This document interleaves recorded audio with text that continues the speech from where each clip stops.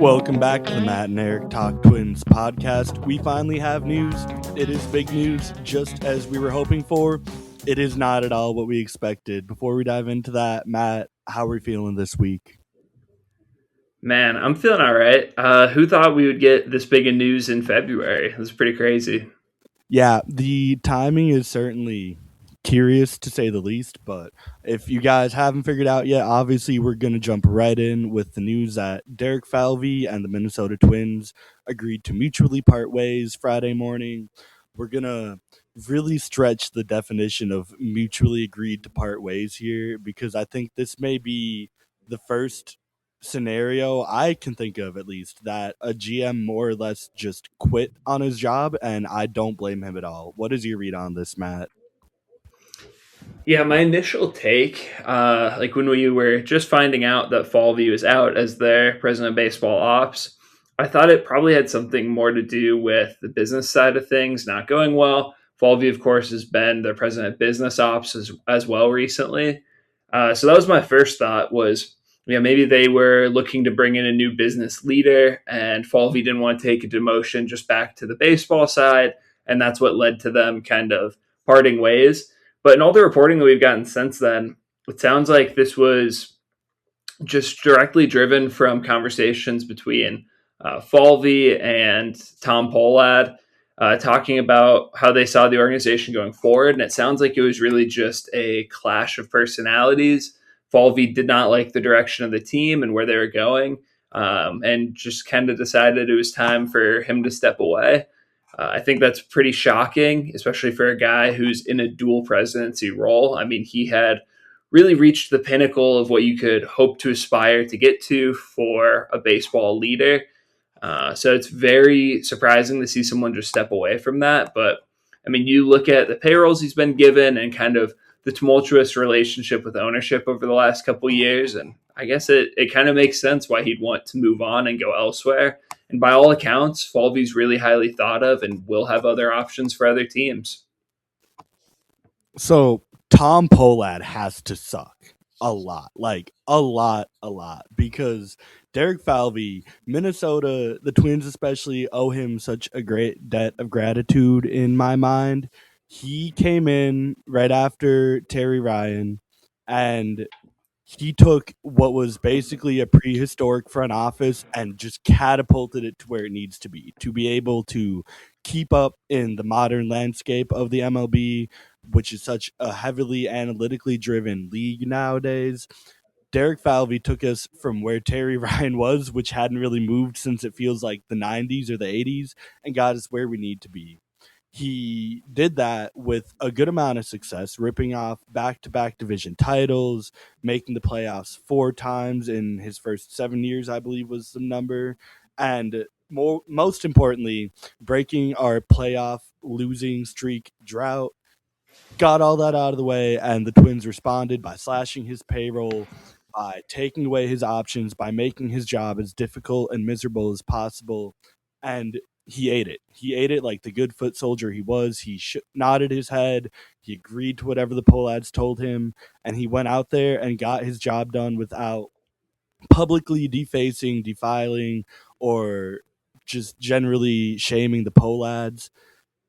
And then Tom Pohlad comes in, and in 2 months, they've decided that this relationship cannot work out anymore. Like, how abrasive, how feisty, how terrible of a boss does Tom Pohlad have to be for Derek Falvey to peace out on the team this quickly? I think it's less so Tom Pohlad specifically rubbing Falvey the wrong way, as is like the whole situation. I mean, just 2 years ago, as you said, the Twins had broke their playoff losing streak. They had $160+ million payroll. They had just signed Carlos Correa. Things were on the up and up.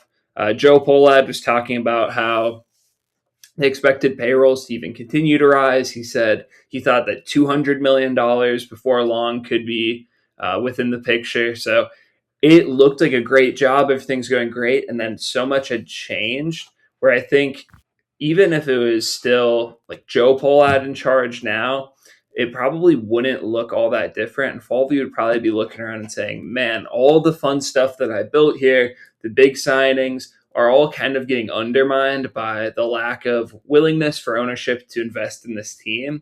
And if that's going to continue, then what's the point in staying? I also think probably the biggest thing that Tom Pollad has said a lot recently that probably Falvey doesn't agree with is he keeps emphasizing that this team is going to compete, that they're going to be competitive this year, they're going to win games. And I think that probably was not the plan for Derek Falvey.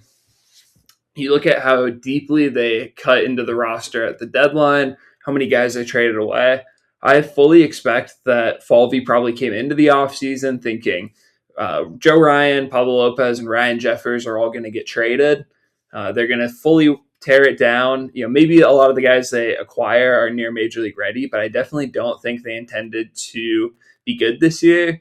And now having a new face of ownership coming in and saying, yeah, I know I just had you trade away, a third of your roster, and I know payroll is going to be $60 million less than it was 2 years ago, but I still expect you to win. That seems pretty unrealistic, and I bet that combined with everything that's happened over the last few years is what drove Falvey out.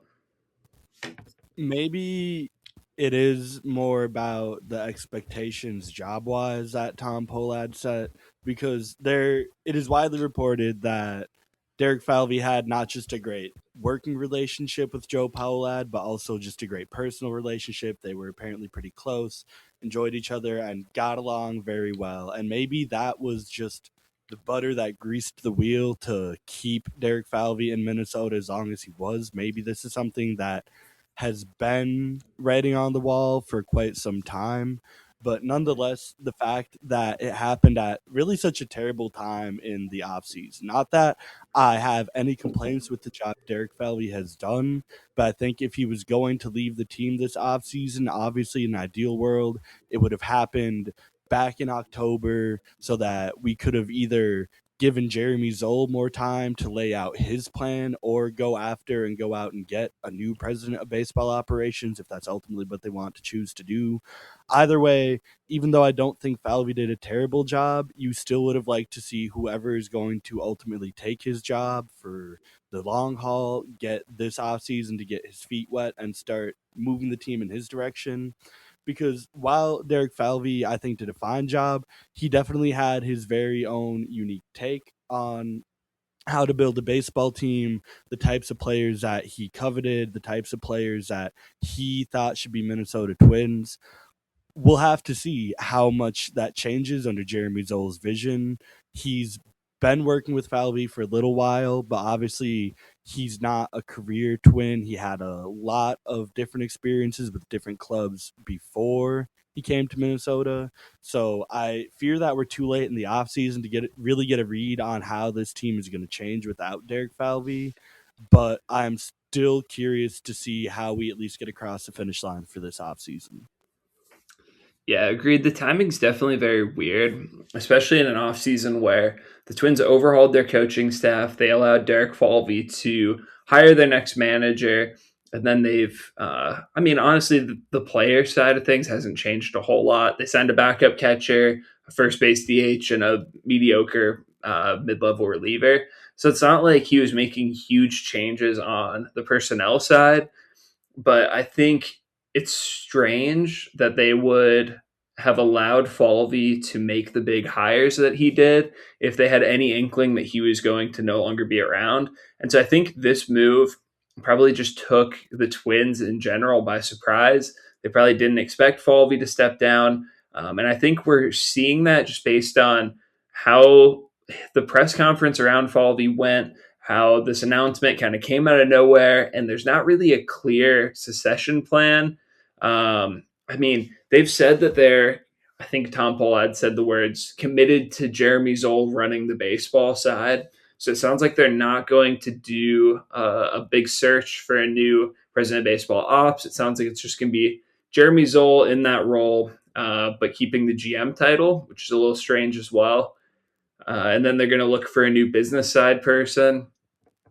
I think there's not a whole lot we can glean from this, really, because they don't really have a plan, because I don't think they expected it to go this way.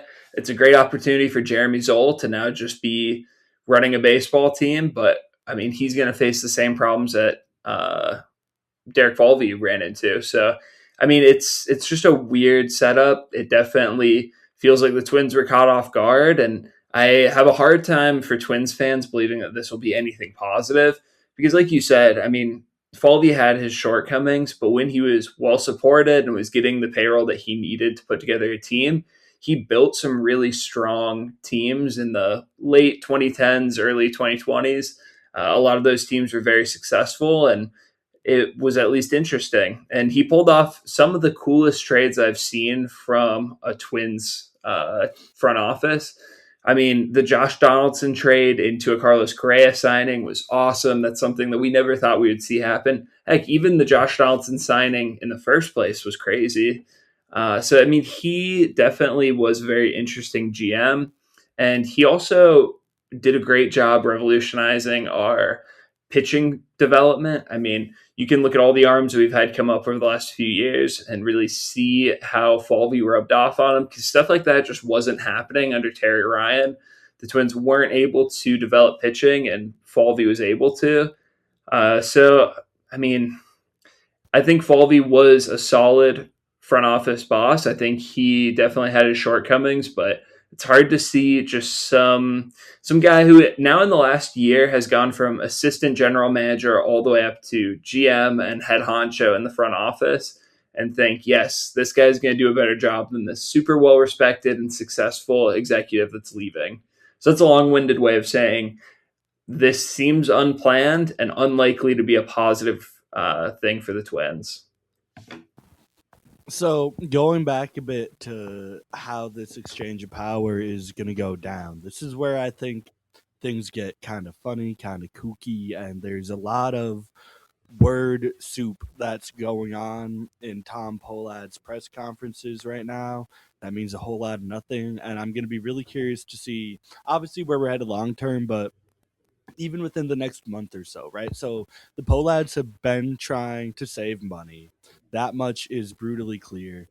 And when Derek Falvey decided to leave, they gave Jeremy Zoll the powers of president of baseball operations, but as you mentioned, not the title, which maybe I'm just over speculating. Maybe I'm just a sour Twins fan, but it seems like an awfully convenient way to just continue to pay Jeremy Zoll his GM salary and not give him a raise, but to give him more work and expectations, which I think is just a terrible thing for the Polas to try to do underhandedly if that is in fact what's going on.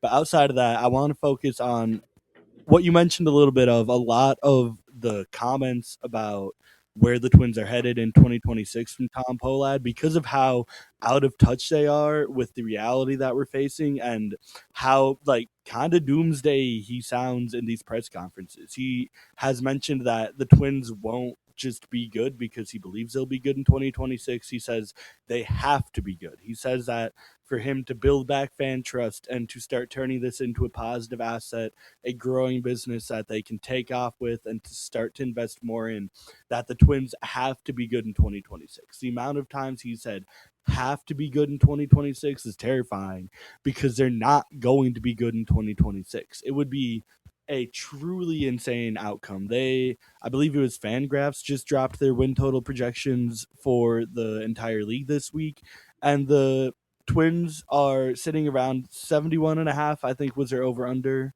and Fangraphs has them at 77. Both numbers puts them a solid dozen games or more behind the projected winners of the AL Central, the Tigers. None of this screams a team that is going to be good in 2026 because they're not built to be good in 2026. So if Tom Pollad so desperately needs them to be good in 2026, what's going to happen when they're not? Yeah. Currently, Fangraphs official projections haven't come out yet, but their Zips projections has the Twins at a 19% chance of making the playoffs. So yeah, it seems unlikely that they're going to be any good this year, barring some big last minute swings. And honestly, like I don't think they're that far away from being good. I mean, you could look at this team and say if you had one more solid 20% above average hitter. You could expect the lineup to produce at an average or above average rate. You could also add a couple of solid relievers and say, the bullpen's going to be fine, and we have a very good starting pitching group. The defense is going to be pretty bad regardless. But I think if you made some key additions in areas of need, you could look at this team and say, yes, a wild card berth is definitely a possibility, but I just don't think they're going to invest enough to get to that level. And they've given no indication they will. And honestly, I know Tom Pohlad thinks that this is a very important year for earning back fan trust and blah, blah, blah, whatever. But if he really thinks it's that important, he can open his pocketbook and start paying some players and invest in the team, because if it's, I don't know, he keeps stressing that it's important, but if it was actually important, he'd be doing more to make sure that they're successful. It sounds like he is really setting this team up for failure by having really high and unreasonable expectations with none of the resources needed to achieve them. And I don't know what happens after this. I think that's the concerning part to me. When he took over, I had a little bit of hope that the Pohlads clearly recognized that something wasn't working with Joe Pohlad. The team has taken a pretty tumultuous dive in the last 2 years, and something needed to change. And by all accounts, it kind of sounds like Tom Pohlad's been their bulldog. When they have a business that's struggling, when they need extra leadership, when they need their best possible Pohlad brother to get the job done, they've been turning to Tom Pohlad, which is why he was already involved so heavily in so many of their other business dealings. And that gave me at least a bit of hope, right? That Tom Pohlad would come in and he would at least be sensible. He would be honest. He would be forthcoming about where the Twins are at and where they're headed in both the short term and the long term. And instead, he just sounds entirely out of touch. He sounds like a man who got a college degree in business administration from a random college near you and just immediately jumped to the top of his family's empire and has been managing a bunch of companies very offhandedly without actually understanding what goes into making them work. And it shows because baseball is such a different beast, not just on the competitive side, but on the business side from almost every other industry you're going to find. And I think that it's concerning that he's coming into this showing such a lack of knowledge on where the team is and where the industry is. Because if he can't even, like, at least Joe Pohlad understood baseball. It was very clear that he understood how to be the owner, controlling owner of a team, how to reasonably set expectations, how to try to at least maximize value in a relatively middle of the road market. And Tom Pohlad just doesn't understand any of this. He wants his team to be good because that would make his job easy and his life simple. And I am already questioning if he has the understanding, the knowledge, and the ability to dig this team out of the gutter if they are not as good as he demands them to be. Yeah, and I think part of that too probably led to the disconnect between Falvey and the Pohlads, just because Falvey, for a lot of his time here, has talked about relationships and making sure that the team is built the right way and that they have a culture of winning that's sustainable. They have the right people in the building, and they can reliably produce a good team year after year and do it the right way. And I think for a new ownership face to come in and say, you need to be good and you need to be good right now. And I don't care what it takes. And I know this is very different from what I said 6 months ago, but you're going to do it because I told you to. And it's easy. I mean, anyone can win and you just got to win. And I need you to be good. That's a hard left turn from how things have been the last few years. It doesn't make any sense in a baseball context where often turnarounds take multiple years. And it really doesn't make sense in the backdrop of what happened at the trade deadline last year.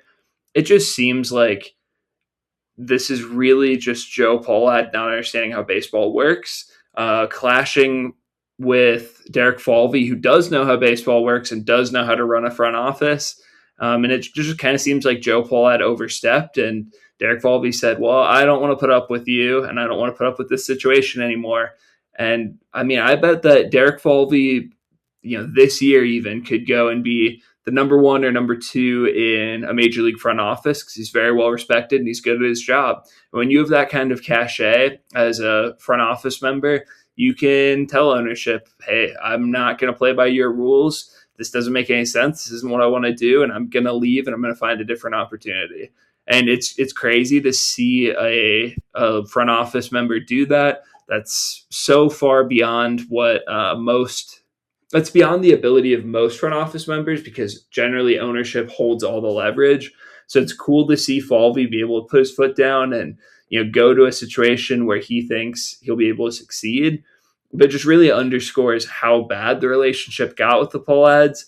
And unfortunately for us, that's a relationship that's not going to change. I mean, the Pohlads have said they're in it for the long haul, much to the chagrin of every Twins fan who has ever existed. So I think the only thing we can really do at this point is try to look forward because this is I don't think ever really going to make sense for the Twins. There's no way to spin this, to look at this with our information now, with hindsight, even in a year and 5 years. I don't think you'll ever look at this and say that this was good for the Minnesota Twins. This is clearly another setback to a team that has already been kicked while they were beaten down tremendously over the last year. And so I would like to, at this point, be able to just try to put a little bow on it by looking at what comes next. And I think the big question is, does Jeremy Zoll stay on? If he does he get the promotion? Does he get the title of president of baseball ops? If he doesn't, does that in some way limit what he is able to do as a GM and head decision maker on the baseball side? Does this mean that the Pohlads are going to overstep their boundaries even further and try to get more involved on the baseball side, which I think is the absolute nuclearly bad option for the Minnesota Twins? Or do they take a step back, and if it's not even this offseason but next offseason, before or after, like, does Jeremy Zoll get this job, or do they go out and get somebody else? I am very curious to see where they go, but I'm also curious to see your thoughts on Jeremy Zoll and if you even want him to stay. Yeah, I mean, I think it cuts both ways because, you can look at the front office's performance in general and say, they've been probably an above average front office over the last few years, but I would say if you look at their track record from 2017 through 2023, you would say it's a top 5 or 10 front office in baseball, and they make smart, rational decisions, and they're always looking to improve the team, and they're doing great. And then the last few years, it's been, man, this front office isn't doing a whole lot. They've been pretty inactive. They're not really pushing the boundaries of this team. It's just kind of status quo and reducing payroll. And you can look around and say, well, what could they have done? They had to shed $30 million, and they had to then shed even more payroll this year. And they had a couple of big contracts, namely Carlos Correa on the roster, that were limiting their ability to move. So I don't know, maybe you can write them a free pass. But I think the real answer is somewhere in the middle. Like, yes, they should have been more proactive in making deals over the last few years. They should have been still trying to improve the team despite the constraints that they faced. But on the same token, like, they were doing great when they were being supported by their ownership group. And then when that support cut out, I mean, what can you do? Maybe it is the ownership's fault that they weren't more successful over the last few years. So I think in general, if this was 3 or 4 years ago, I would have been saying, yes, absolutely. If you were in this front office before and you were in a key leadership role, I want you to continue leading this going forward because the front office is performing well. But at this point, I think it makes sense if they wanted to just clean house and get a new person in there.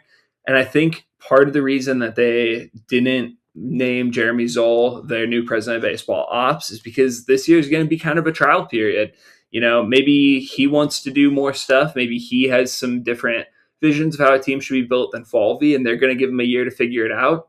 And if it doesn't work, they'll hire someone new next winter. And then we'll see more sweeping changes throughout the organization. So I think Zoll's a temporary solution unless they somehow win, and then they'll keep him around. But that seems unlikely at this point. And honestly, I don't blame them for bringing in a new face to the front office. Yeah, so I also want to give listeners a bit of a rundown on Jeremy Zoll's resume here because it also ties into why I do hold some belief for the work he could do. He started out internship hopping as anybody who's anybody really the MLB does. In 2013, he got hired by the Angels as an advanced scouting coordinator. He was there for 3 years before getting poached by the Dodgers to be an assistant director of player development. He was there for another 2 years and then ends up in Minnesota in 2018 as the director of minor league operations, and he's worked his way up our ranks since then. So the takeaway from that for me is he's been around, for the most part, some really intelligent front offices that have been at the forward thinking edge of MLB and baseball in general. And it's a great place for a man to have learned how to take over the ropes and be the guy that they're now asking Jeremy Zoll to be. And so you look at his resume, his history, and you would believe that it would produce a guy that has a pretty good head about him, that thinks the way you want your GM to be thinking about baseball, that hopefully maybe even has some newer, more innovative ideas, having worked all the way from minor league director all the way up to the major league GM. He's really seen it all on the Twins, the good, the bad, and the ugly. But at the same time, like Matt said, he doesn't really have a lot of experience. On the other hand, he just became our GM in the fall of 2024. So he's been working at this level pretty minimally. Before that, he was the assistant GM under Thad Levine, who is an also fairly respected baseball mind in the general market. At the end of the day, he is more like a minor league prospect that has kind of come onto the scene relatively fast, relatively unexpectedly, in the sense that you're going to look at him and you're going to want to hope, you're going to want to believe in the potential, in the training, in the track record that he's put down, but you don't really know for sure until you see it on paper. Unfortunately for him, I think more than anybody else, I don't know that he'll get the chance to see it. I do think Matt's very much correct that this is going to be a trial run, a trial year for Jeremy Zoll. And I don't know that he's even going to get to do much in this year because we've already completed the off season. We're relatively strapped out at the limit of our budget for payroll.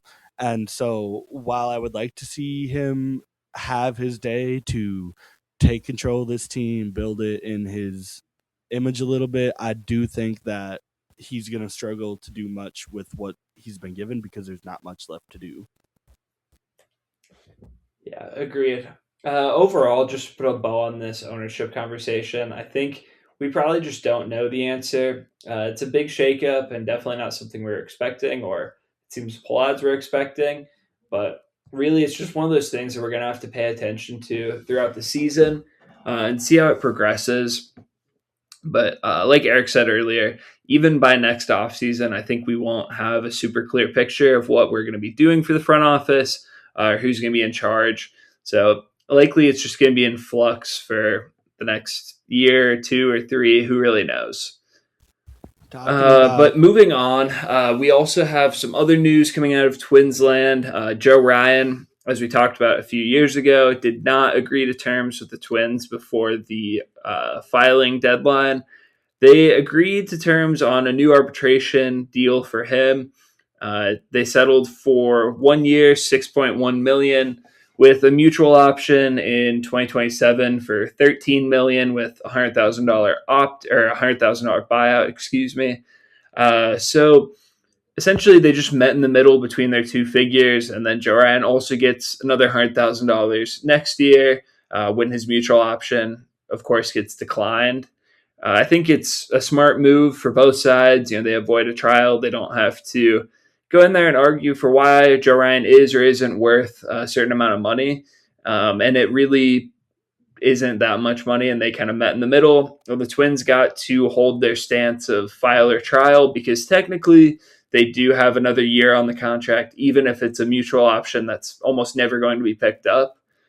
So, what do you think about this one, Eric? And are you happy that Joe Ryan is not going to be going to arbitration? Yeah, it's certainly good news for Twins fans. I have already talked at length about how silly I believe arbitration is. We've talked about that on a few different episodes. And in short, I hate it. I hate the concept of it. I understand why the league needs it. But for a team to sit down in an arbitration hearing and tell a group of people that a lot of times don't know a ton about baseball, why their star player that they're going to arbitration with sucks and is bad at his job and isn't valuable to the team is such a goofy little quirk to, I believe MLB is the only league that really does arbitration in that manner. But either way, anytime we're getting out of it, it's good for the Twins. I guess this is good for Tom Pohlad. He gets to notch a little win under his belt, his very first one as an owner. He was able to avoid arbitration, which is good even from a club side, while still holding on to their precious file and trial record where they don't negotiate unless they add the extra year, as Matt said. So, not a huge deal at the end of the day, but if you can secure even just a little win that everybody's going to be happy with, the Twins can use all of those that they can get right now.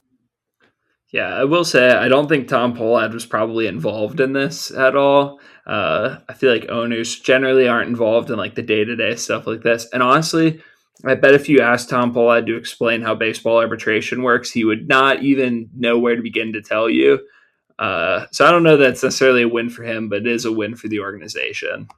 You don't think that file and trial standpoint that is something the Twins have taken for a while isn't kind of a mantra and a mood that comes down from ownership, though? Even if they're not involved in the actual deal, I feel like we've seen multiple GMs come in and out of Twins territory that have all been on the file and trial mindset. Maybe that's just a coincidence, but I also feel like that's more of a mood and a mandate that could come down from ownership. Yeah, I mean, it probably is. And like at a high level, they know that being able to impose a kind of arbitrary deadline onto the players brings them to the table and then gives them some upper hand in negotiations. And that tamps down player salaries, which then over time compounds. And then players are making less, and the owners are making more. So the owners in general just understand that having a file and trial system is going to be beneficial for them in the long term, and it's going to make them more money. That being said, I don't think that Tom Pollad's like, man, Joe Ryan, you really had a home run problem, and your numbers. I mean, you keep falling off in the second half, and you don't throw 180, 200 innings. You get hurt every year. I think you're worth $400,000 less than you're saying you do. I think it's probably more so just in general. They have the belief that they should just go to trial with guys. But yeah, I mean, I doubt that they were that involved. I would love to see that though, like I'm not saying I expect Tom Pohlad to be that knowledgeable on the Minnesota Twins and all their players and dealings, but it would be really funny to see Tom Pohlad have to be the guy that goes up there and is like, you know what? You suck and here's why, because it would just be such a spectacle that I don't think anybody, even on the arbitration panel, could take seriously. There's definitely some players in Twins history. Yeah, like last year, we talked about how the Twins have at times in the past traded for relievers with violent tendencies. If or if Tom Pollard walked up to, I don't know, one of those said volatile relievers was like, "Hey man, stop giving up home runs. You suck. I'm going to pay you less." He might get punched in the face. Like he probably would. So that would be very entertaining. Like I would love to see that on film. Not that I condone violence, but like if he was going to get punched, please record it. If Tom Pohlad and the Twins version of Emilio Pagan happened to end up in the same room, surely something entertaining would come from it. Yeah, although Emilio Pagan's a very nice, calm dude. He just gave up a lot of home runs. Yeah, that's fair. And thankfully, he's not doing it for the Twins anymore, so we don't have to hate on him. We're going to keep things moving here, and we have what turned out to be the last transaction, last move of the Derek Falvey era in Minnesota. And it, for once, gives us clarity on a team that, as Matt so eloquently explained last week is so disjointed. We now have a little bit of clarity in our infield solution as Eddie Julien and Pearson Ole are now a Colorado Rocky. Yeah, I think this is a deal that made a lot of sense for both sides. I tweeted about it when it happened, but essentially, the Rockies have such a lack of big league talent that it makes sense for them to take on a couple of guys who just need playing time in the big leagues to see if they can hit. Eddie Julien had a great 2023 and then has gotten somewhat limited playing time and has also regressed significantly over the last couple of years. It's possible the Rockies look at that and say, man, this guy was a good hitter. He was a good prospect. We can bring him in. He can hit in the high altitude, and we can just see what happens. It doesn't have to work out for paying a low price, but I mean, there's a chance that he just goes and is an offensive force again, or at least an above average hitter. And then Pearson Ole is also really interesting for the Rockies. I mean, he is pretty much purely a fastball changeup guy. He throws like 5 different pitches, including a seldom used knuckleball. But really, his changeup is his only big league plus or even average pitch. His fastball, he throws in the zone a lot, but it gets hit really hard. It's pretty low velocity. And so I think for the Rockies, we see changeups generally perform pretty well at high altitude. And Pearson Ole did have a 30% strikeout rate in the minors as kind of a multi-inning guy. Maybe they can move him to short relief. He adds another mile an hour to the changeup plays well in cores, and he's, a fine middle reliever, low end setup man. I think that makes sense for them, especially a team that struggles to develop pitching. But for the Twins, neither of these guys were likely to even enter the season on your 40 man. Ole, of course, had already been DFA'd. And then as we get into the middle of the season, like Eddie Julien provides such little defensive utility that I don't think they were ever going to carry him into July, August, September when the injuries start to pile up.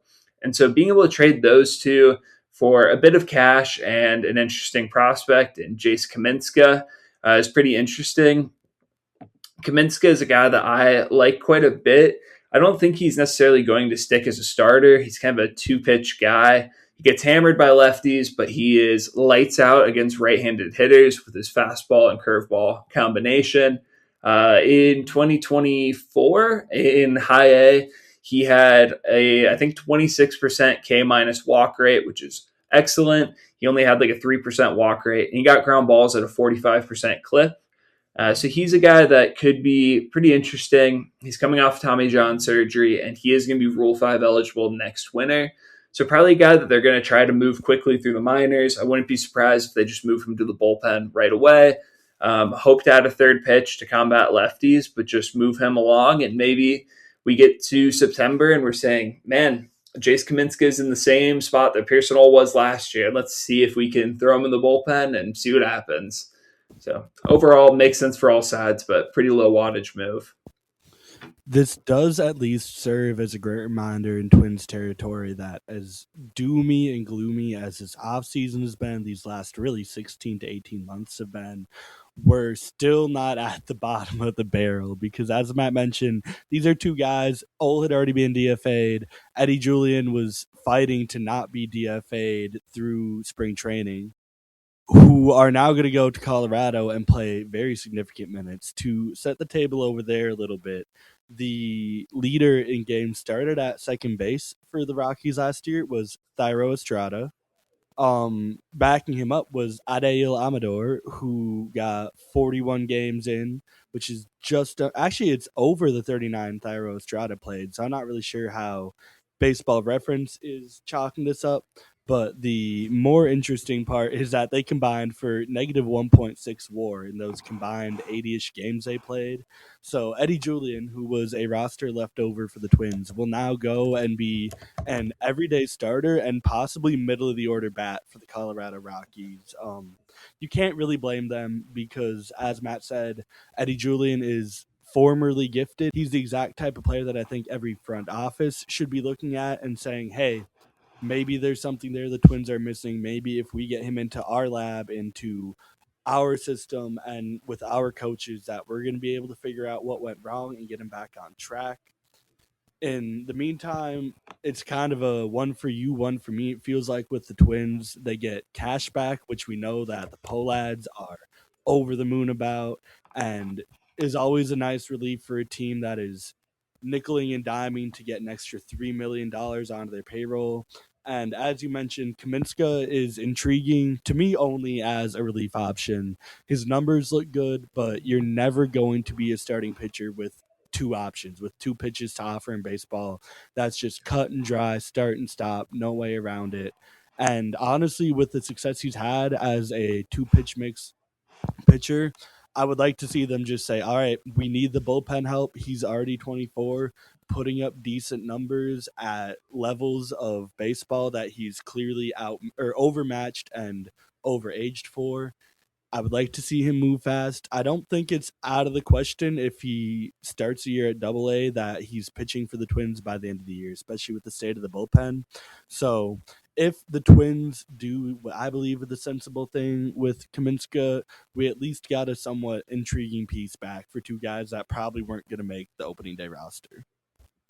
Yeah, agreed. It makes a lot of sense. And I think the bigger takeaway from this deal, well, actually, I think there's two. One, it really highlights how far Eddie Julien has fallen from that 2023 peak. I think he was thought of as a cornerstone for this roster and a guy that we could count on to be a big part of our lineup moving forward. Obviously, the last few years haven't gone well, and now we see him, traded out for pocket change. I think at this point in Julian's career, it makes sense, but it's definitely disheartening for Twins fans.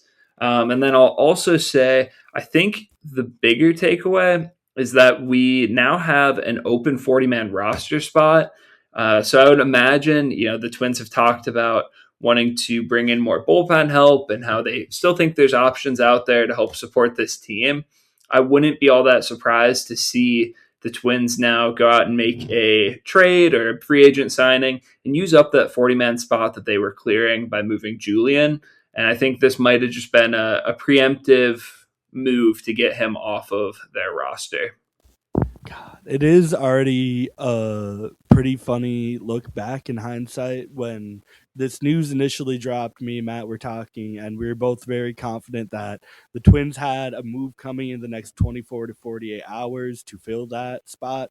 And they did have a move that came 48 hours later. It just did not fill a roster spot. It instead was the axe of our GM. So insane the amount that one baseball team can go through in 48 hours in the middle, not even middle, the end of January at what should be the dead period of the MLB offseason. But here's to your 2026 Minnesota Twins. I would get used to it because I think we'll see a lot more of this. Yeah. The other minor trade that we saw happen was the Twins sending Johnny Pareda to the Mariners for cash. He was the other guy alongside Old that got DFA'd to make room for Victor Caratini and Taylor Rogers. And so he just got traded for cash. I don't think it's a super impactful deal. I mean, I think the Twins claimed him off waivers, if I'm remembering correctly. So not a guy that they had a whole lot invested in, and now they have three other catchers on their 40-man roster. I think losing Pareda could be kind of interesting, depending on how they decide to solve their catcher conundrum, because I don't think they're going to carry three on their 26 man going into the year, and someone will have to come off of it. But I mean, I think this was the expected outcome for Pareda. Yeah, I mean, anytime you can get cash for a guy you were DFAing anyway, it's a win for the team trading him. It's honestly nothing more than a blip to me. It's just a minor transactional move. I think you pat the Twins on the back for finding any suitor for Johnny Pareda, but at best, Johnny Pareda is just a great trivia question for some really deep cut Twins trivia in a few years. Yeah, agreed. Okay. Other news and notes. We have a couple of former Twins that have had some movement in their markets. Of course, the two big ones were Luis Ariz and Harrison Bader, both signing with the San Francisco Giants. Bader, I think, got 2 and 20 million, and then Ariz got 1 year and 12 million. I think these are pretty reasonable deals, although I don't love Luis Ariz as a fit with the Giants just because he's going to primarily play second base. And I think Twins fans know how stretched he was there defensively, and that was 4 years ago at this point. So, Eric, what are your thoughts on Bader and Ariz and the deals they ended up getting? I'm really happy to see Harrison Bader finally get some sort of long term commitment from any team because he, after leaving St. Louis, has largely been bouncing around. I don't think, yeah, he has not spent more than 1 year with one team since leaving St. Louis, which feels like forever ago. It was actually only in 2021. Um, I think that he has always had this type of talent in him. I am glad that he finally unlocked it, and it's cool that it happened with the Twins because I remember when Harrison Bader was this big time prospect coming up with the Cardinals organization.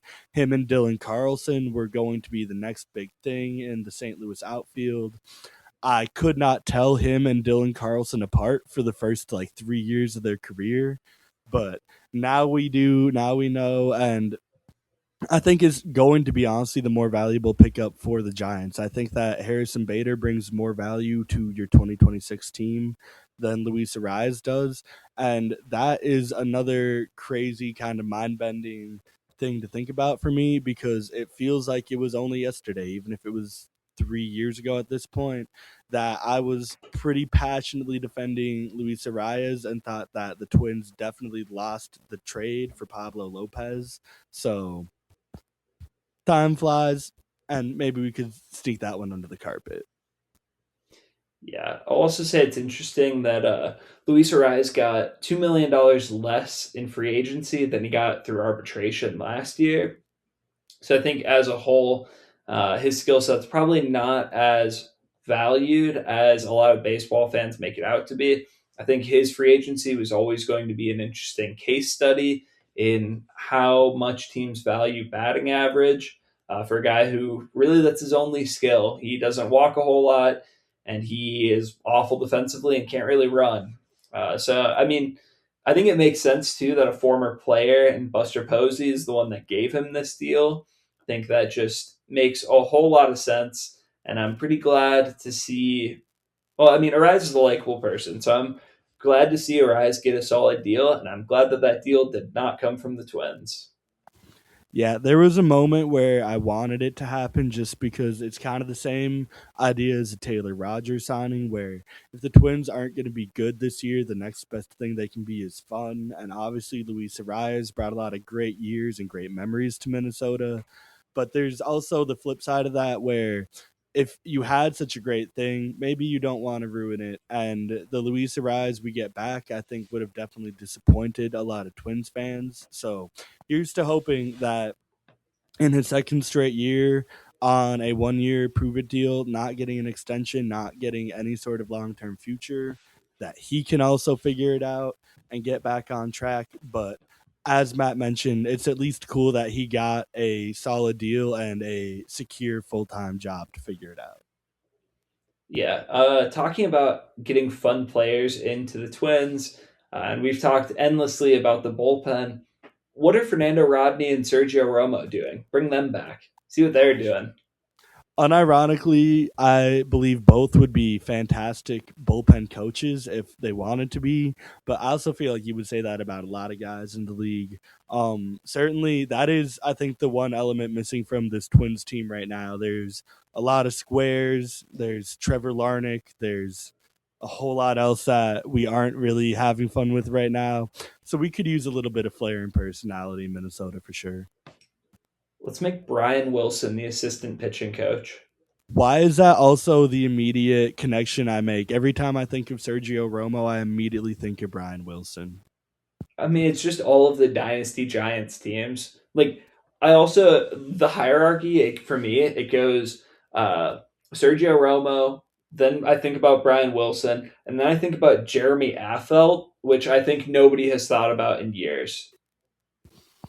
That is another elite poll. We're going to add that to the bank for the Matt and Eric Talk Twins podcast in 2026. I am shocked to learn that despite having last appeared in 2014, 11 years ago, going to be 12 by the start of this new year or this new season, Brian Wilson is only 43 years old. It is goofy. Obviously, it's never going to happen. He's well walked away from baseball, hopefully having a happy life somewhere. But he could realistically, if he wanted to. He's 43.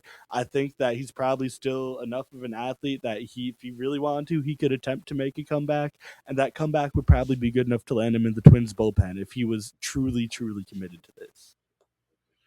Yeah, I mean, I think at 43, he's probably still younger than Rich Hill. Although Rich Hill, he didn't fully retire, but he did say he does not plan to pitch this year.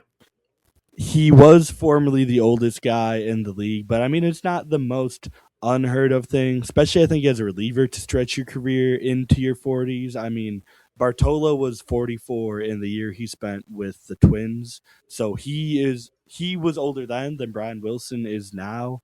It's not outside of the realm of possibility. Maybe the Twins should make the call. To be clear, there's no shot that Brian Wilson's coming back, and this is all complete speculation. But it would be fun to have an absolute psycho in the bullpen, just not the kind of psycho that punches people, please. We have got to be probably the first two people to contemplate Brian Wilson playing baseball in years. I would be confident on that. Yeah, unless there's like a different player named Brian Wilson, which there probably is, like a Max Muncy situation where there's like the big leaguer and then also a first round pick. Uh, but yeah, nobody's thinking about the beard anymore.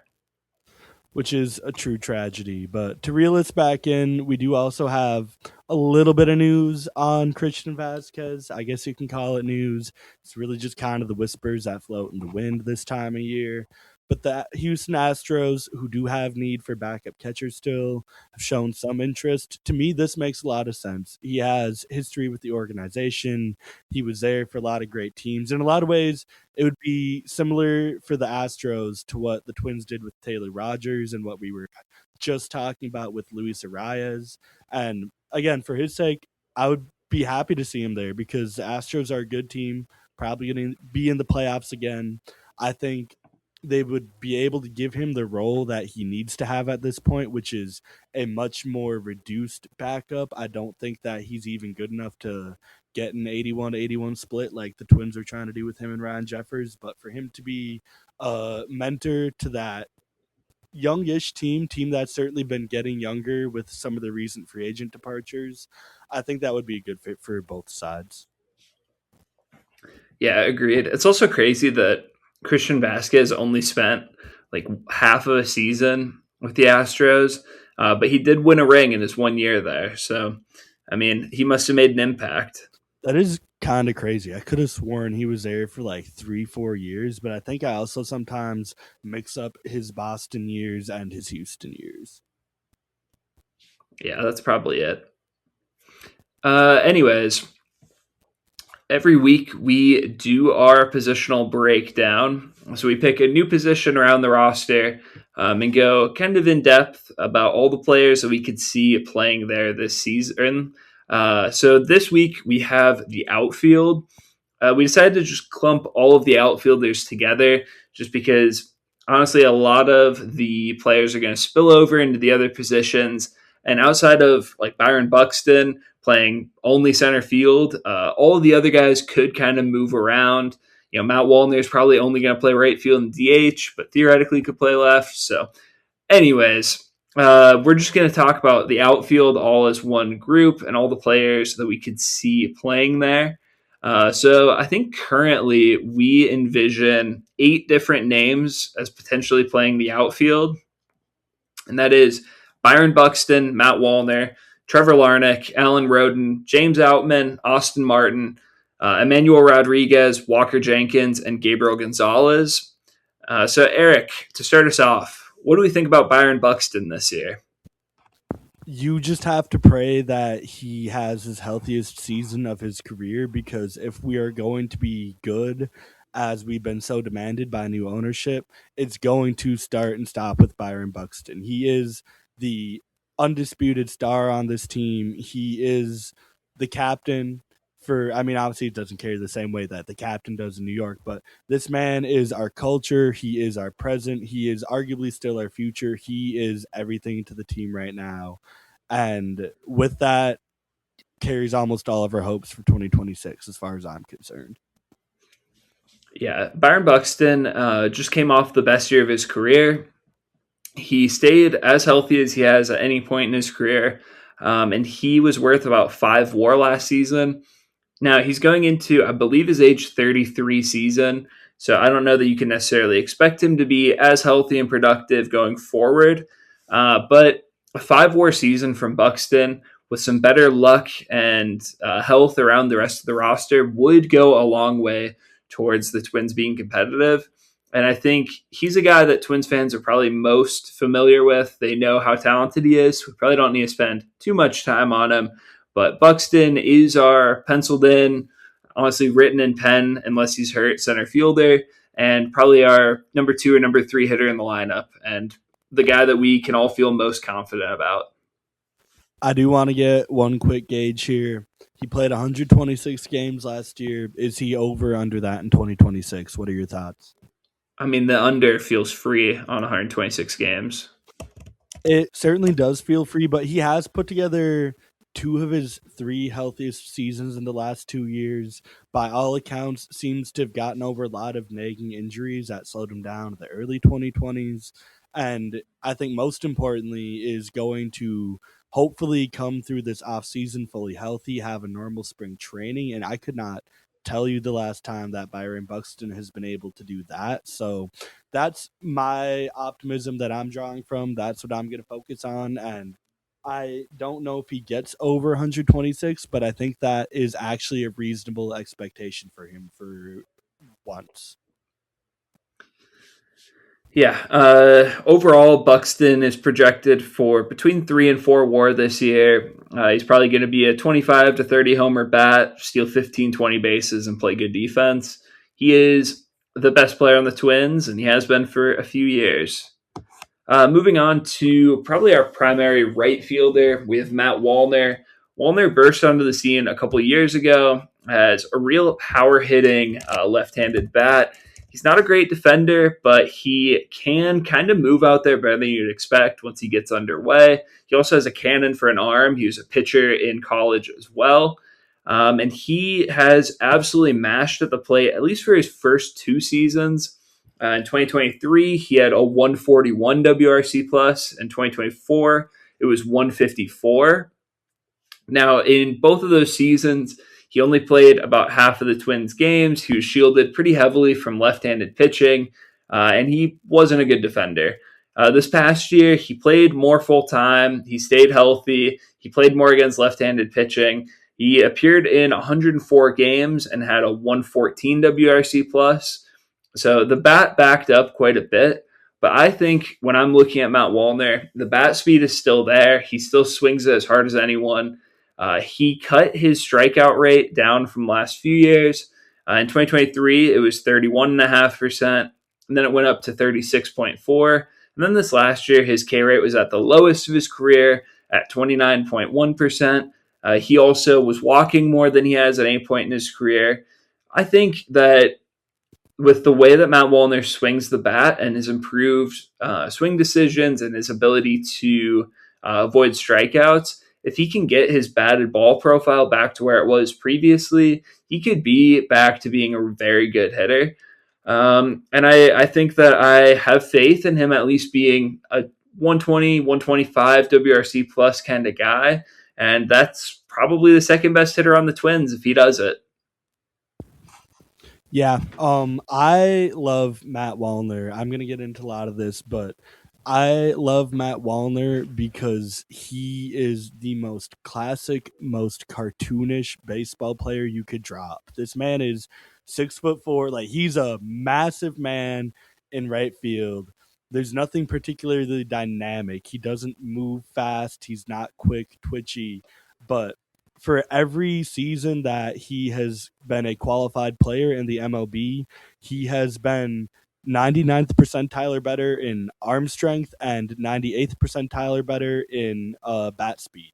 So, like Matt mentioned, it doesn't necessarily matter, I think, if he can clean up a lot of his negatives, a lot of his issues, because when you have 99th percentile bat speed consistently, it doesn't matter if you square up the ball. Poorly hit balls are still rockets off of that bat. And it makes for fun baseball. When I keep talking about if we're not going to be good, we can at least be fun. To me, Matt Wallner is the absolute epitome of that. He's going to show up every day and he's gonna just deliver some absolutely jaw-dropping performances.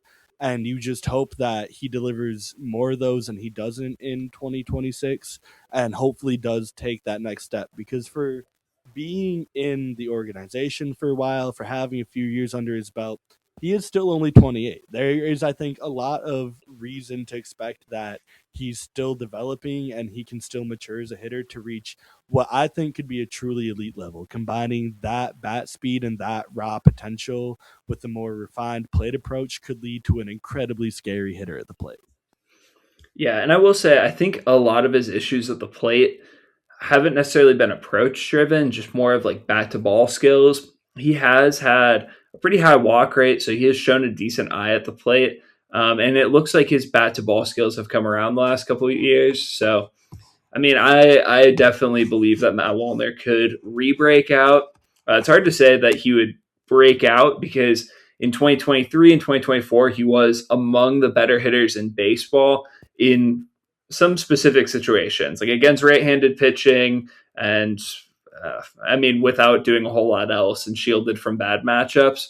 But if he could carry that success from 2023 and 2024 into 2026 in a more broad playing time approach, he could be one of the real stars that pushes the Twins towards Tom Pollad's goal of being competitive.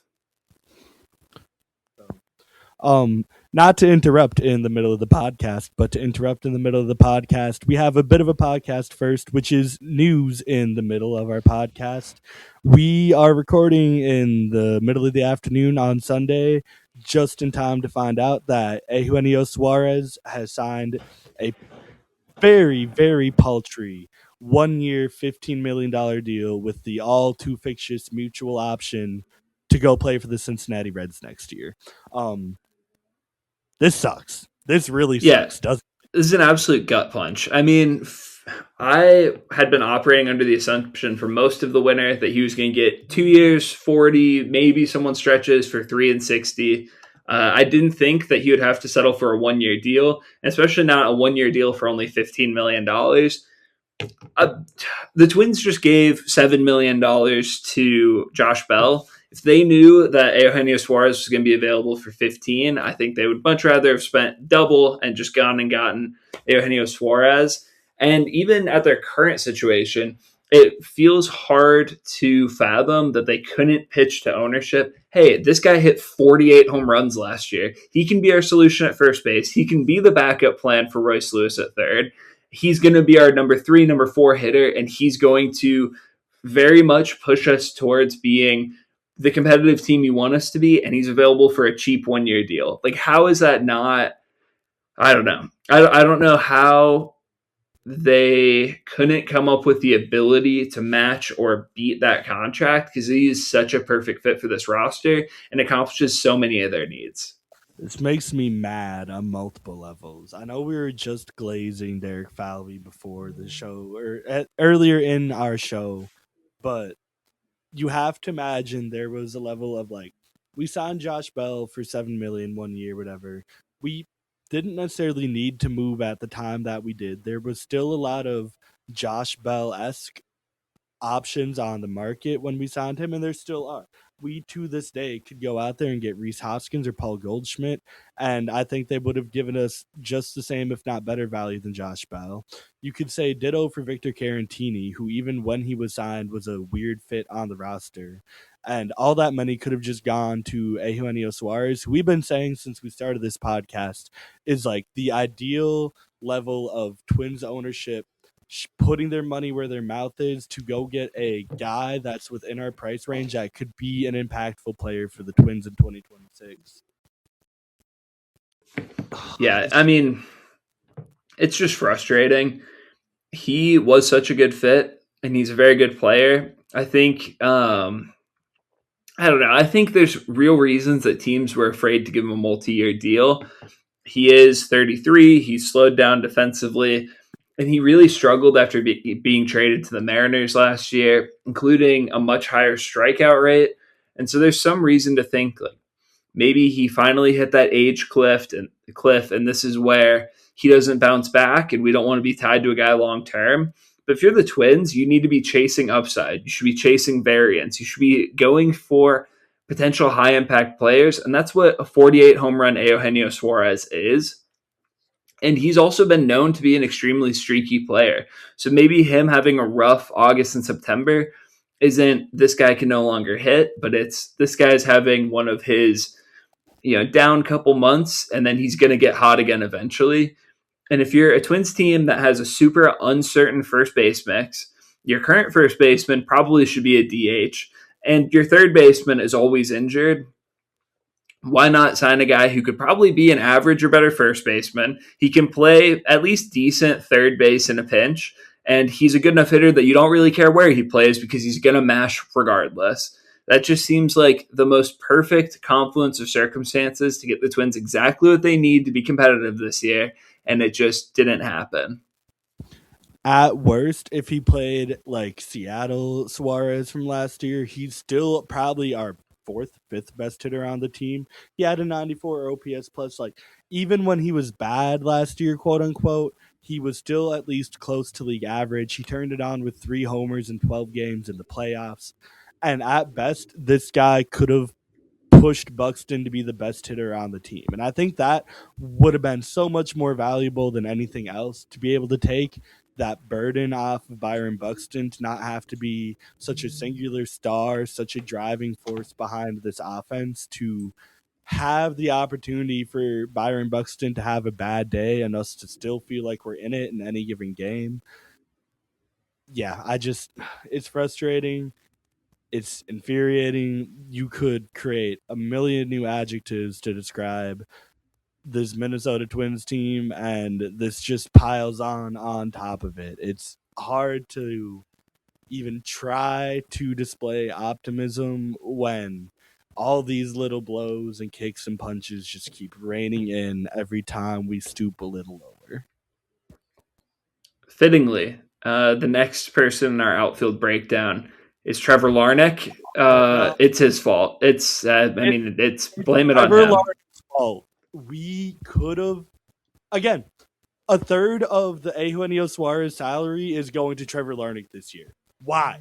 Yeah, I Why? mean, you could have just not signed Victor Caratini and traded Trevor Larnach, and then taken the money from those two players, signed Eugenio Suarez. You could have kept Alex Jackson as your backup catcher. You'd still have Josh Bell to play DH, and this team looks a lot better at that point. And all of this is moves that have happened within the last 2 to 3 weeks. This is moves that the Twins made with advanced knowledge of how Suarez's market was developing. As Matt mentioned, we just assumed that Suarez was going to get a multi-year deal anyway. That was going to shoot way out of our price range. You have to imagine that by the turn of the new year, the Twins knew that this was a possibility. They probably had already begun to hear firm offers that were coming in this range that they realized they could have matched.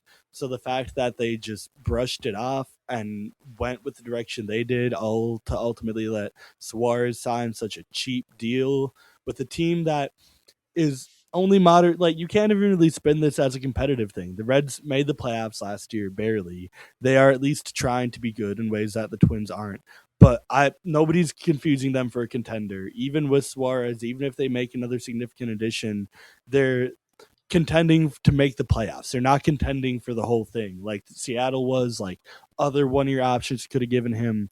There's just no logical reason for the Twins to have not been all over this. Yeah, and also like I don't want to construe the Caratini or the Josh Bell deals as being bad options for the Twins. I mean, we talked about at the time and since that we think those were very reasonable deals that make the team better. The fits were a little strange, but they were solid values. This is just a great value and also a perfect fit. So it just makes it very frustrating. Anyways, now that we're done with Eugenio Suarez, Trevor Larnach, we've talked about him a bunch. You all know about him at this point. So I'll keep it brief, but he's a poor defender. He's a league average-ish, slightly above league average hitter. Sorry. Give him credit. And what?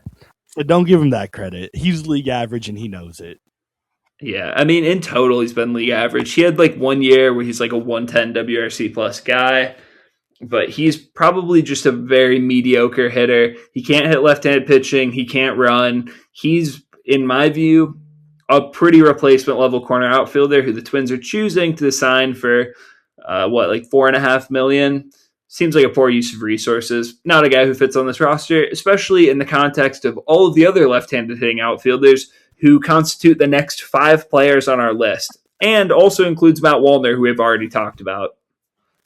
I would prefer to talk about all those other players because I would honestly, I would not mind just like kind of a perma timeout for Trevor Larnach. Obviously, he's going to come up. We'll talk about him when we need to. But I am unashamed to admit that this man lives way more rent free in my head than he should. I'm sure he lives in your head rent free too right now. And every minute that we devote to Trevor Larnach is a minute that could have been spent devoted to any other player that has ever played for the Minnesota Twins, which brings me more joy than Trevor Larnach. Yeah, I would rather talk about Renee Tassoni or Brian Dinkelman than Trevor Larnach at this point. That crazy, was it Byung-Ho Park or Kenny's Vargas that hit the upper deck to dead center? I think it was Kenny's Vargas. It might have been Byung-Ho Park, though. What a swing and what a pair of names. Both of which I enjoyed watching immensely more than I enjoy Trevor Larnach. So looking at what else the Twins might be doing, as Matt mentioned, we're about to get into a ton of left-handed hitting corner outfielders. But before we get into the backups and the futures, we have one more guy.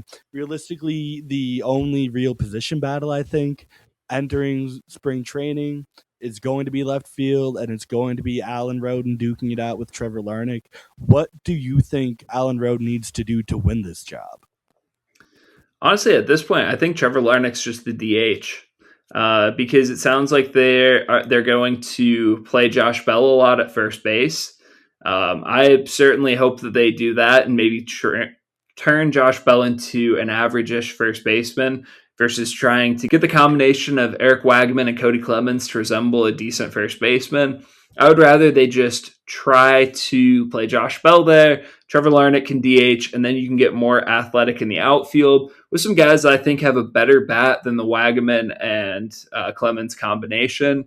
And among those options, I think the 2 most likely to play left field are going to be Alan Roden and Austin Martin. Alan Roden was part of the Louis Varland trade last year. He's a left-handed hitting corner outfielder who has mashed throughout the minors. He doesn't have as much power as you'd expect from a corner outfielder, but he makes up for it with a very good eye at the plate, some sneaky athleticism, and great bat-to-ball numbers. He is just a guy who has hit at every level. He's always drawn walks. He doesn't strike out. And the question is just going to be, at the big league level, can he do enough damage on pitches in the zone that he forces pitchers to kind of dance around him a little bit more, and then he can have that walk rate go up and he can be the kind of player he was in the minors. But at least so far, last year he played 55 games, got 153 plate appearances, and was a 56 WRC plus hitter. I think there's definitely a lot of room for improvement. A lot of that was just by a pretty bad BABIP, but even if he can be around a league average hitter, at that point he's about in the Trevor Larnach range for offensive output, and he's a much better defender and a decent base runner as well. Yeah, I think the big thing with Roden for me is of those 55 games he played, only 12 came in Minnesota. So I'm not putting very much stock at all into how his 2025 looked. I think that Obviously, we talked about this a bit with Kendry Rojas, but the Louis Varland trade didn't need to happen. That very much felt like a trade that the Twins made because they were truly and genuinely excited about the guys that were getting back. And I do think there's a non-zero chance that Alan Roden was the more exciting piece to them. And clearly, they had plans for him that are hopefully going to extend well beyond this year. So he'll be fun to watch at least. We're putting him in the good bucket, the bucket of players that at least make this Twins team watchable in 2026. I do think that there's a lot of room for his luck to improve. I also just think that he's going to be kind of a flashier guy with his glove to the point that even if the bat doesn't figure it out this year, we'll still be able to enjoy him. You'll look at him and be like, yeah, I had fun watching Alan Roden play in 2026, and I can still hope and believe that even if he doesn't piece it all the way together in 2026, like this man's only 26 years old. He's maybe a little late to debut, but again, the aging curve for the MLB is so wildly different than every other league that I'm not on a make it or break it type of mindset with Alan Roden in 26. Yeah, I think in a lot of ways, Austin Martin's kind of similar to Alan Roden in that he's a guy who is very athletic and gets by a lot on his eye at the plate, his ability to put the ball in play. Throughout his minor league career, he's consistently had a 10-15% walk rate, including last year in the minors where he had a 15% walk rate against only about a 13% strikeout rate. So he's shown the ability to control the strike zone, put balls in play, and he also steals a decent number of bases. I mean, it's nothing crazy, but in 2023, he stole 19 bases. In 2024, he stole 7. And then last year, between the majors and minors, he stole 14. The problem with Austin Martin is that he is probably fast enough to be a center fielder, but he doesn't really have the reads to be a center fielder. He's looked pretty bad out there. Last year, he got a lot more polished in the outfield, and he looked average-ish or better in left field, but he just does not have the power that you'd hope for in a corner outfielder. In 143 games in the big leagues, he's hit 2 home runs and has a career 357 slugging percentage, which is only 16 points above his on base percentage. So in total, I mean, it's around a league average profile. All of Fangraph's projection systems have him as a bit below average offensively and also below average defensively, which tracks with what we've seen.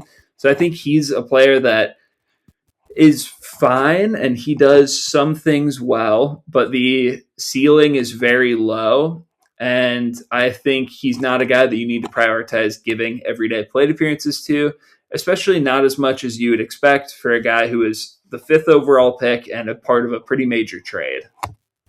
Yeah, when you look at the total career expectations for Austin Martin, where we're at now is definitely disappointing. But there's a certain pleasantness to the style he plays, I guess is how I'll put it, where he's the guy that plays the game the right way. I know it's like an old head phrase that a lot of people use more to clown on talent evaluators and players, but he has shown that he's willing to be adaptable defensively. He has the speed to be a good super utility guy. He plays a decent second base. I do believe that with more outfield practice, he'll be a decent outfielder. I see Matt shaking his head. I'm going to stand on my ground that he's probably the best defensive second baseman we have on the team right now. I'm not I going to say that. disagree. I disagree on so many levels. Who's playing better second base defense than him? Because Luke Keeschel also looked piss poor last year. Yeah, but Luke Keeschel was coming off of Tommy John surgery and a broken forearm. He might turn it around. Maybe the real answer is that we actually find a suitable backup shortstop or starting shortstop, and Brooks Lee just becomes an elite defender at second for us playing every day. But either way, for a guy that came up through most of the minor leagues as a shortstop and not just the type that calls themselves a shortstop, a guy that actually played short and for a while looked like he could stick there, I think he's shown pretty good aptitude for picking up new positions on the fly, something that I think he'll only continue to improve at because he is a good athlete, even if he's not great at swinging the bat. It's never going to excite, it's never going to live up to the expectations and potential that we felt he had when he was the headliner for the Jose Barrios trade. But it's the exact type of guy that carves out a 10-year, decade long baseball career when you look back at the end of it, because he provided you a lot of flexibility for really cheap, and he was just a quiet guy doing it. Like you said, doesn't matter if he gets to 300 plate appearances or 100 plate appearances. He knows he's a bench player at this point. He'll play well as a bench player. And even if he's not going to be a great pinch hitting option, there is some good pinch running chops there for the end of the game where you can throw him in situations you might not typically throw a pinch runner, just because you know that you can work it out with him defensively. Yeah, I think the hope for Austin Martin is that he could kind of be in like a Willie Castro role, although I don't think the Twins would trust Austin Martin at shortstop or center field at this point. So I think it's probably like later Twins career Willie Castro. And Castro is also a pretty solid hitter throughout his Twins tenure and had a considerable amount of power that Austin Martin doesn't really have. He also walks a lot more. In total, I think Austin Martin's the kind of guy that you hope that you barely have to use and can be a pinch runner.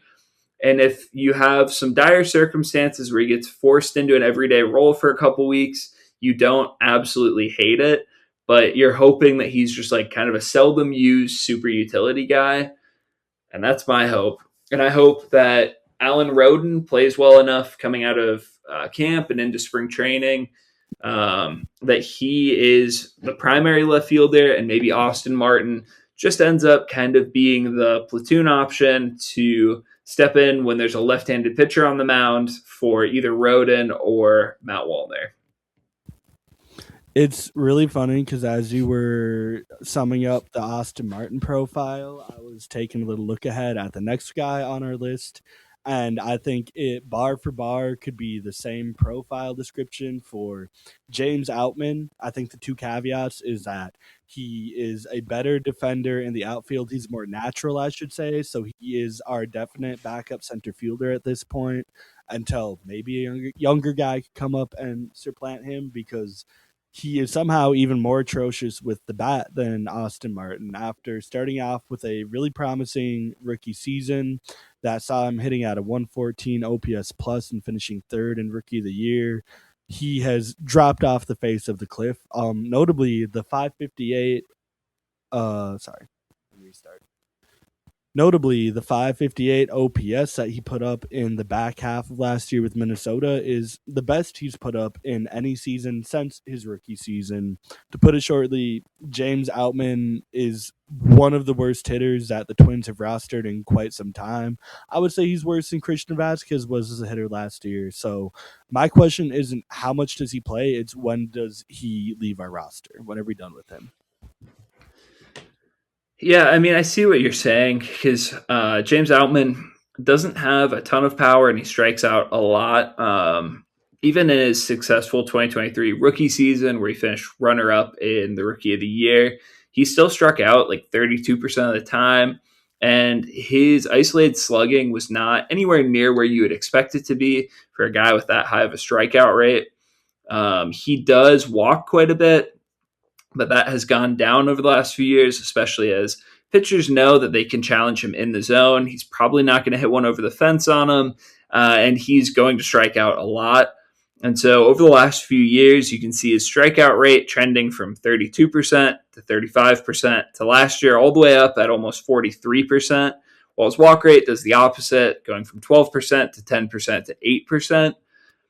So overall, like, it's not an offensive profile that you're super excited about.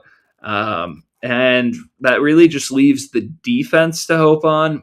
And he was a very good defender in 2023, and it's fallen off a little bit the last few years. I think the big key for James Outman is just if he can get back to being a premium defender, it's to the point where it doesn't really matter how he hits, sort of in the same way that it didn't matter that Christian Vasquez was a bad hitter, because he was very good defensively, and that's all that you need to do to be a decent backup at a demanding position.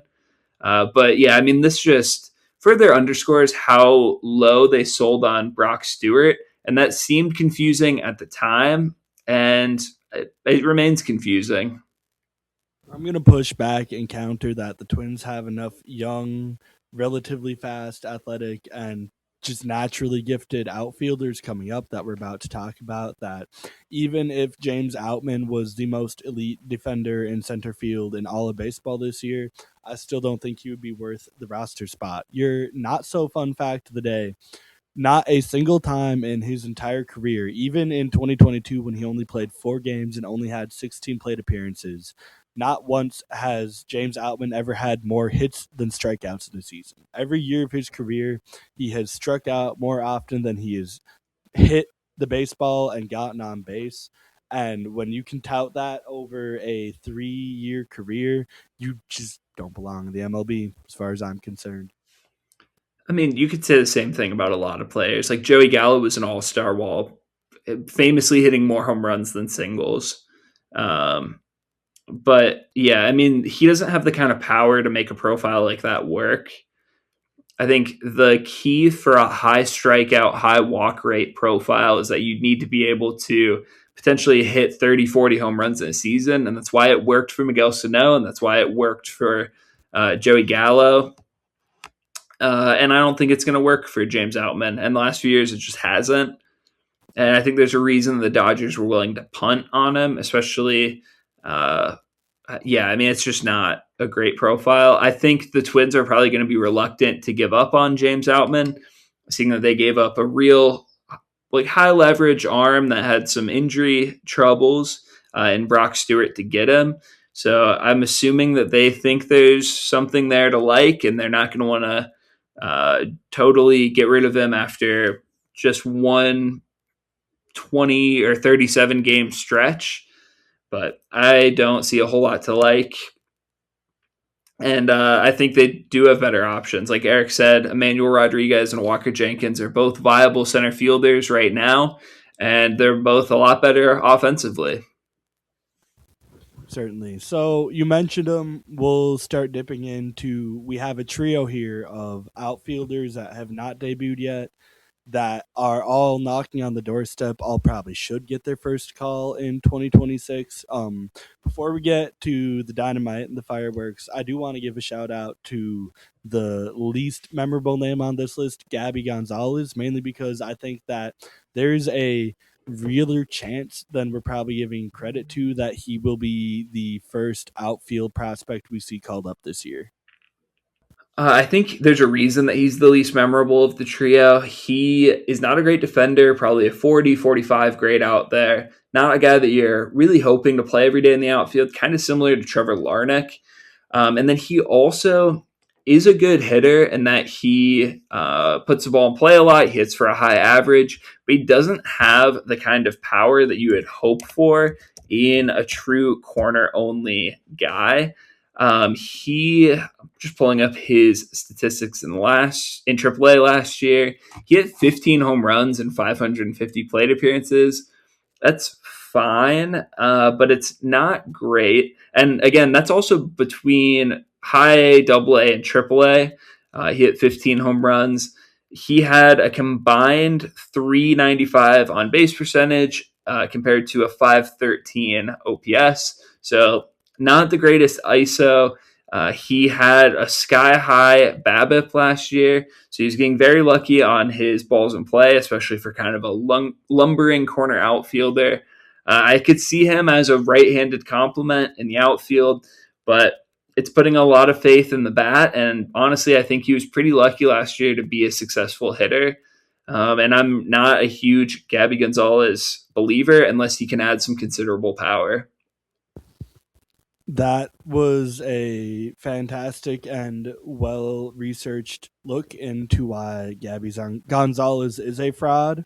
But when I look at him, if we want to be optimistic, which I'm trying so desperately hard to be, there is still something to like. It's mainly just the inexplicableness of the last year he had, but after coming over as a borderline top 100 prospect and having a terrible 2024, he's reestablished himself somewhere, at least notably in the Twins farm system, in large part because across those three levels he played last season, he slugged at least 500 at every single level. And do I think that is going to be maintained? No. Do I think that he is actually a hidden slugger that's just been waiting to break out? No.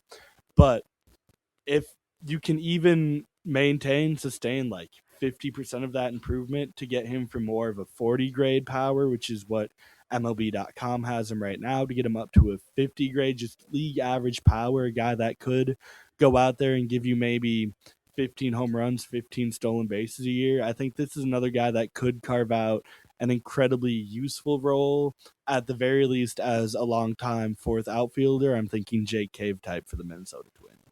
It's just hard to be a fourth outfielder if you can't play center field, and he absolutely cannot play center field. I'm thinking Gabby Gonzalez is more in the Kyle Garlick zone, where he is purely a lefty smashing corner outfielder who also is like not the greatest against lefties. He's just better than what you have.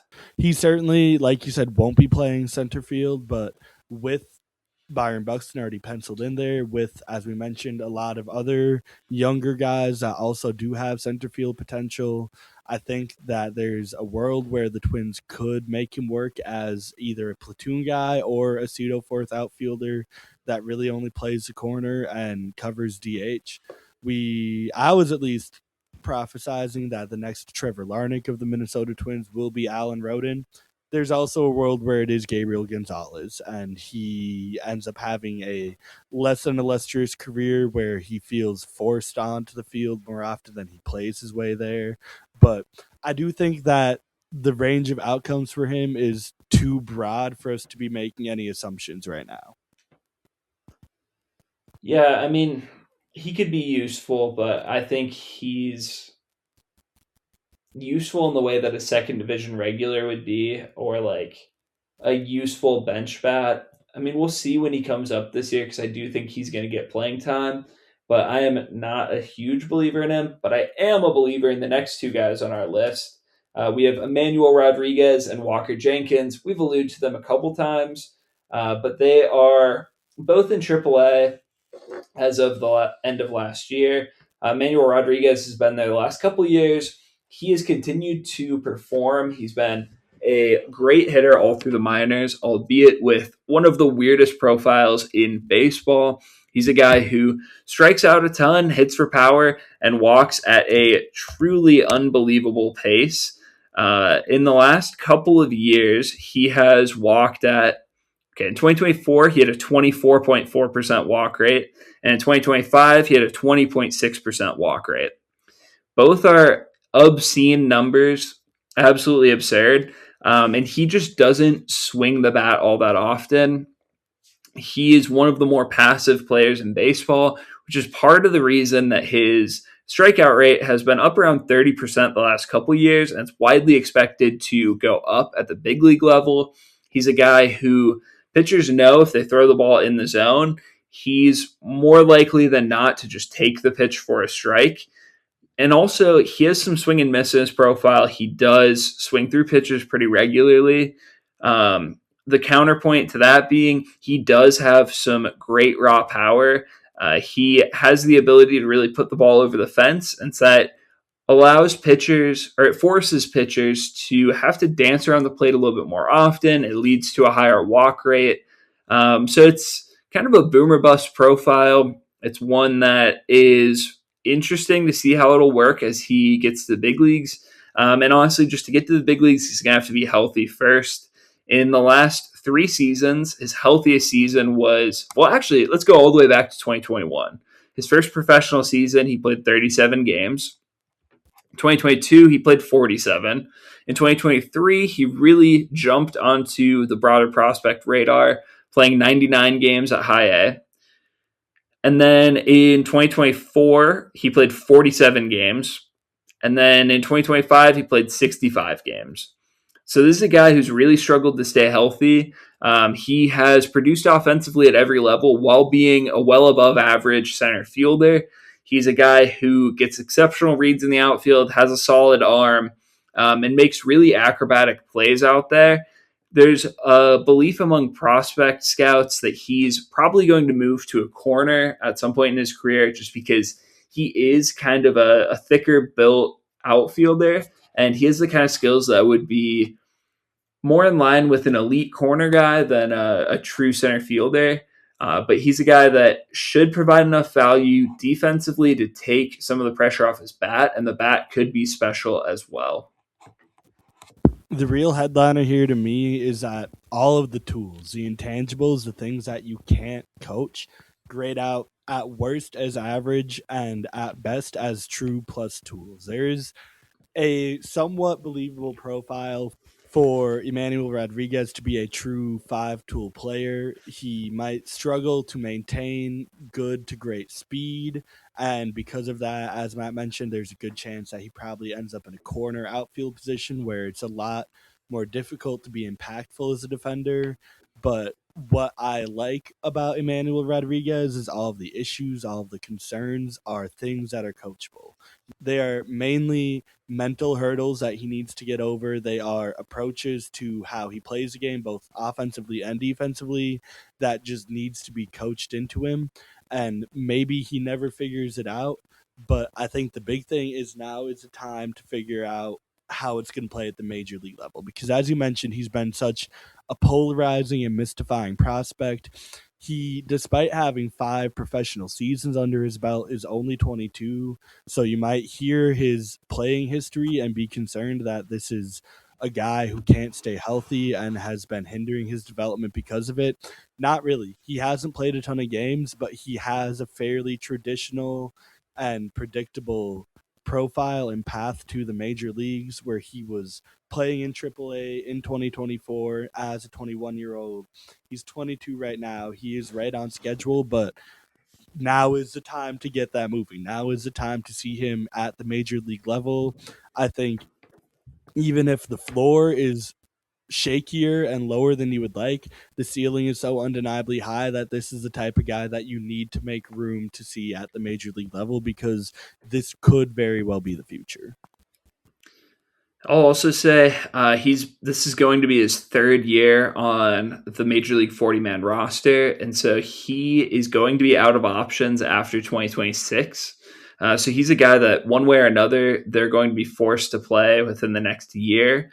So it's going to be a guy that we see a lot of, and he's my pick to be the first of the outfield prospects to be called up, just because I think they're going to want to give him a long runway. But he definitely has a lot of upside, and we'll see how it turns out. He's a very intriguing prospect and excited to see him soon. Similarly, we also have Walker Jenkins. This is a guy that I'm sure almost every Twins fan is familiar with. He was the 5th overall pick coming out of high school in, I believe, 2023. And he has done nothing but produce throughout the minors. Very similar to Emmanuel Rodriguez, he has run into a lot of injury issues over the past few years and struggled to stay on the field. But different from Emmanuel Rodriguez, he has very good bat-to-ball skills in combination with a great approach at the plate, which has led to high walk totals, relatively low strikeout rates. And he's also a pretty solid defender, probably less so than Emmanuel Rodriguez, and a guy that's more destined for a corner spot, but has the tools to be a solid corner outfielder. He's also only 20 years old, and his power production is very much still a work in progress. In 2024, in 82 games, he hit only 6 home runs. This past year, he played 84 games and hit 10 home runs. The underlying numbers are better than that would suggest, but it is somewhat undermined by a pretty high ground ball rate. He tends to hit the ball on the ground a lot more than most prospects, but it's getting a little bit better over the past couple years. When he started out in the Twins organization, he had a 47% ground ball rate. That's down to about 41% this past year.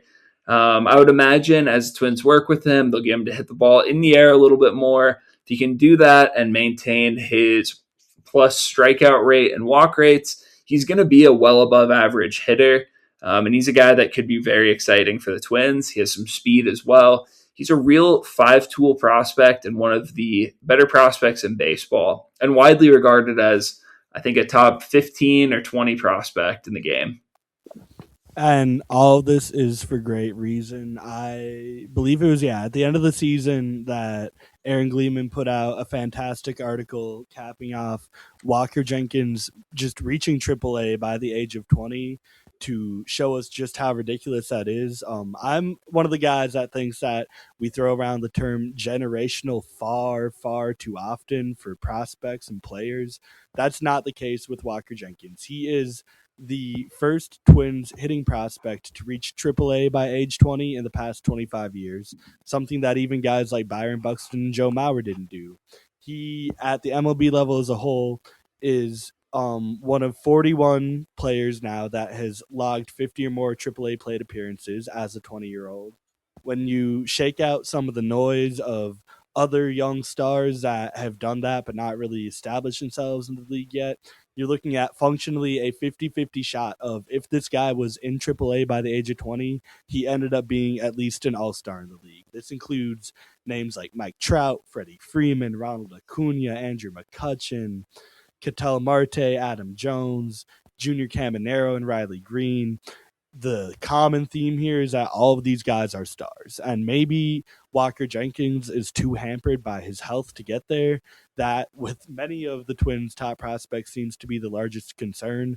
But the headline is that if he stays healthy, he has every opportunity in the world to be a true superstar in this game.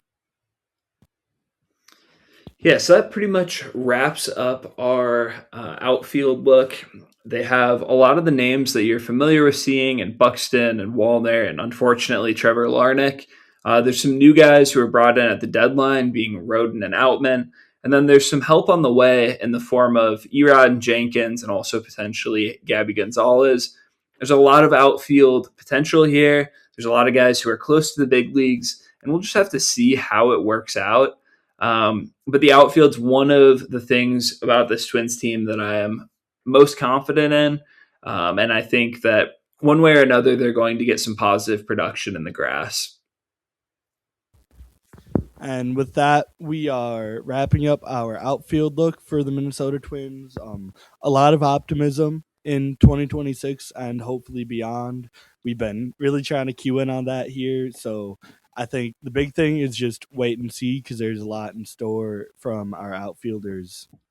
And with that, we have once again reached the most illustrative portion of our podcast, our monologue minute. We've already had some great ones. Matt, what do you have for us this week?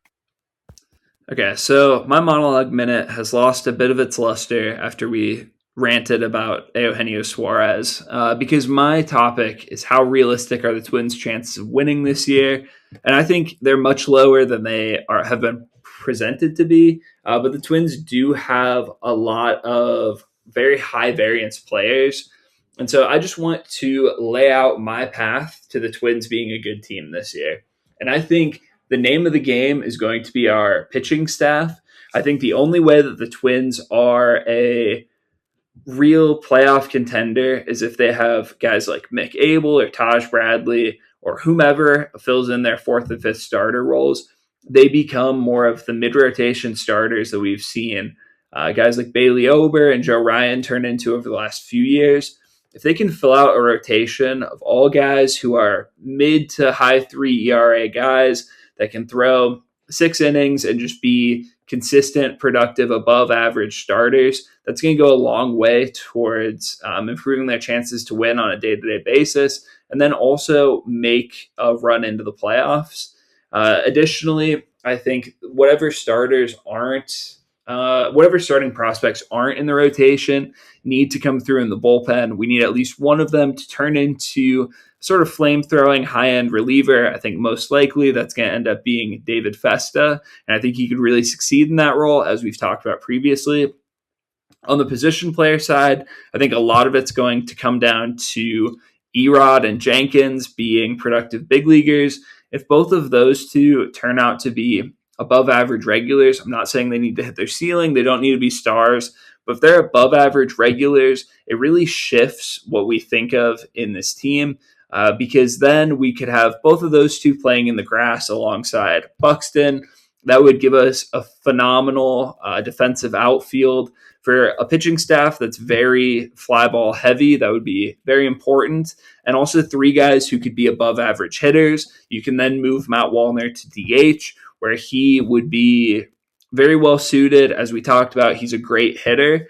And having him as the everyday DH, potentially supplemented with any of their right-handed hitting bats against left-handed pitching, would be a phenomenal use of his skill set. And I think that would just go a long way towards raising the overall floor of this team and also the ceiling. It does present the question of what do you do with Trevor Larnach, Alan Roden, and James Outman, and Austin Martin, which is another conversation to be had. But I think in general, we're just going to need these star prospects. And I'll also throw Kalen Culpepper in there. We're going to need guys like that to come up and be productive from the onset of the season, potentially as early as May or June, having these guys be pretty much everyday pieces. And then we're going to need our pitching staff to take a step forward. And I just hope that the now outgoing Falvey regime has identified the correct guys at the deadline to take that next step in the rotation. Because if that happens, then I do think they have a pretty decent shot at being a playoff team.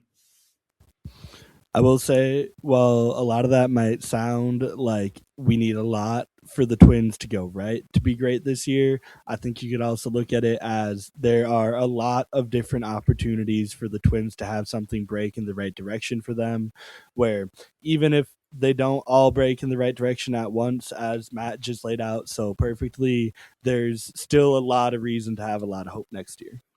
Yeah, and I'll also say like the Twins are a lot better team than they showed last year. Even after the deadline, they're not a 70-win team. That took a lot of underperforming from some key guys and a lot of injuries. So even just having Joe Ryan and Pablo Lopez healthy for more of the year, potentially having guys like Royce Lewis and Matt Wallner hitting to their full potential goes a long way towards improving the outlook of this team, in addition to the new names that they've brought in.